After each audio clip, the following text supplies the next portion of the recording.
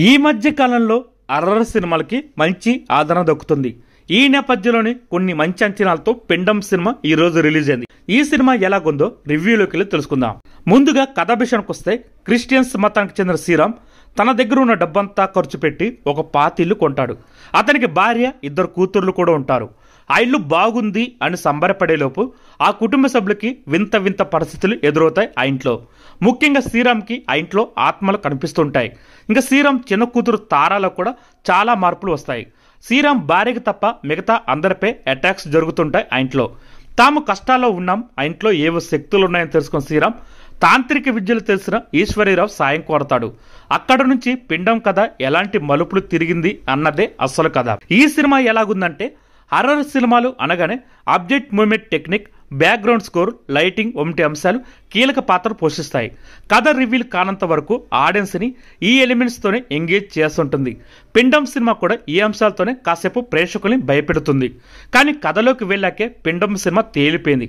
కథలో ఎలాంటి కొత్తదనం లేకపోవడం, పైగా సిద్ధార్థ్ నటించిన గృహం సినిమా ఈ సినిమా ఆల్మోస్ట్ దగ్గరగా ఉండడం ప్రేక్షకుని కాస్త నిరుత్సాహపరుస్తుంది. అలానే పిండం సినిమా టోటల్గా బాగలేదంటే అది కాదు. ఒక కేస్ స్టడీతో మూవీని ఓపెన్ చేయడం, కథలో కీలకమైన ఈశ్వరీరావు క్యారెక్టర్ ఎస్టాబ్లిష్ చేసిన విధానం, శ్రీరామ్ ఫ్యామిలీని కొంతమేర డ్రైవ్ చేసిన విధానం ప్రేక్షకులను ఆకట్టుకుంటాయి. కానీ ప్రధానంగా కథలో దమ్ము లేకపోవడంతో ఇంటర్వ్యూల బ్యాంక్ సాధారణంగా ముగుస్తుంది. అలాగే పిండం సినిమా సెకండ్ హాఫ్ మొదలైన విధానం చాలా బాగుంటుంది. ఈశ్వరీరావు క్యారెక్టర్ కాన్ఫ్లిక్ట్ పాయింట్ దగ్గరగా రావడంతో కథ బాగా పరుగులు పెడుతుంది. గ్రిప్పింగ్ స్క్రీన్ ప్లేతో ఫ్రీ క్లైమాక్స్ వరకు తీసుకెళ్లిన దర్శకుడు అక్కడ నుంచి కథపై పట్టు కోల్పోయాడని చెప్పాలి. దీంతో క్లైమాక్స్ చాలా నార్మల్ గా మారిపోయింది. అలాగే నటుల పనితీరు విషయానికి వస్తే, పిండం సినిమాకి మేజర్ అసెట్ అన్నమ్మ క్యారెక్టర్ నటించిన ఈశ్వరీరావు అని చెప్పాలి. చాలా రోజుల తర్వాత ఆమెకు మంచి పాత్ర దొరికిందని చెప్పాలి. దీంతో ఆమె అన్నమ్మ పాత్రలో చెలరేగిపోయింది. ఇంకా హీరో శ్రీరామ్ కూడా కథకు ఏమి కావాలో అంతవరకు నటించి మెప్పించాడు. అలాగే అవసరా శ్రీనివాస్ క్యారెక్టర్ కి అంత స్కోప్ లేకుండా పోయింది ఈ సినిమాలో. అలాగే ఇంకా తారా క్యారెక్టర్ నటించిన చిన్న పాప ఈ సినిమాకి ప్రాణం పూసిందని చెప్పాలి.